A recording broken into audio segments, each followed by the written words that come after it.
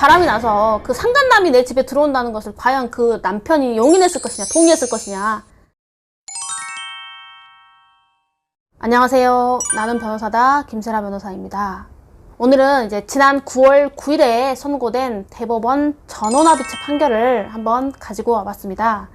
이 판결이 사회적으로 이슈가 될 만큼 좀 재미있기도 하고 법률적으로도 의미가 있는 판결이에요. 자, 여러분, 형법에는 주거침입죄라는 죄가 있어요. 주거침입죄라는 거는 사람의 주거, 관리하는 건조물, 선박, 항공기 또는 점유하는 방실에 침입함으로써 성립하는 범죄고, 그 법정형은 3년 이하의 징역 또는 500만 원 이하의 벌금, 그리고 미수범도 처벌이 됩니다.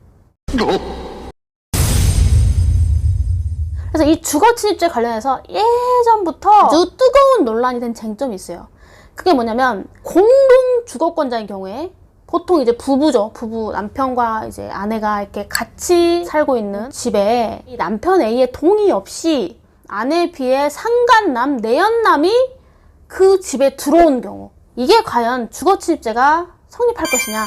간통 목적으로 타방 배우자가 부재하는 집에 일방 배우자의 승낙을 얻어서 들어간 경우 주거침입죄가 성립할 것이냐. 이게 아주 뜨거운 감자였어요. 근데 이게 80년대 나온 대법원 판결로서는 결론부터 이야기하자면 주거침입죄 성립한다라고 봤어요. 근데 이번 9월 9일에 전원합의체 판결로서 이러한 경우는 주거침입죄가 성립하지 않는다라고 판례를 변경한 겁니다. 자, 일단 80년대 선고된 주거침입죄 성립한다고 봤던 대법원 판결 요지부터 보겠습니다. 동거자 중에 한 명이 부재 중인 경우라도 주거의 지배관리관계가 외관상 존재하는 상태로 인정되는 한, 남편이 일시 부재 중 간통 목적하에 그 처의 승낙을 얻어 주거에 들어간 경우라도 남편의 주거에 대한 지배관리관계는 여전히 존속한다고 봄이 옳고, 사회통념상 간통의 목적으로 주거에 들어오는 것은 남편의 의사에 반한다고 보여지므로 처의 승낙이 있었다고 하더라도 남편의 주거의 사실상 평온은 깨어졌다 할 것이므로 이러한 경우에는 주거침입죄가 성립한다고 할 것이다. 이 말은 일단 현실적으로 그 집에 남편은 없었죠. 그 당시에는. 하지만 남편이 현실적으로 그 집에 없었지만 지배 관리관계는 유지되고, 자기 처가 바람이 나서 그 상간남이 내 집에 들어온다는 것을 과연 그 남편이 용인했을 것이냐, 동의했을 것이냐. 남편의 의사에는 정면으로 반한다.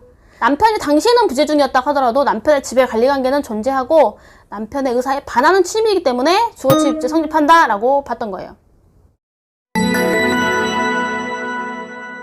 이번에 이제 9월 달에 선고된 대법원 판례 전원합의체 판례를 보겠습니다.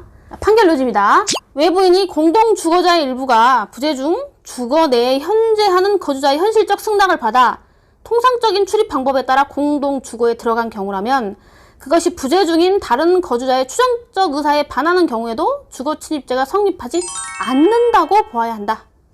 이렇게 판례를 변경한 주요 이유는 크게 두 가지인데, 첫째는 주거침입죄의 보호법익이에요. 주거침입죄의 보호법익을 사실상의 평온이다, 사실상의 평온설로 보는 것이 대법원 판례거든요.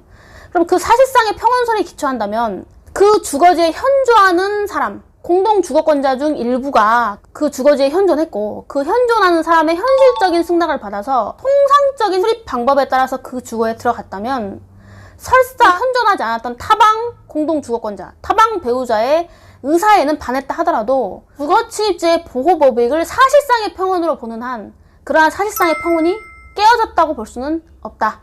이것을 이유로 둡니다. 그 다음에 이제 주거침입죄가 성립하려면 침입의 개념에 해당해야 되는데, 이 침입이라는 거는 거주자가 그 주거에 대하여 누리는 사실상의 평온을 해치는 행위 태양으로 들어가는 것을 말하는데, 외부인이 공동주거자 중 당시에 그 거주지에 현존하던 사람으로부터 현실적인 승낙을 받아서 통상적인 출입 방법으로 출입을 한 거라면 주거자의 거주에 대한 사실상의 평온을 해하는 침입한 것으로 볼 수는 없다. 따라서 주거침입죄에서 말하는 침입의 개념 자체에 해당하지도 않는다.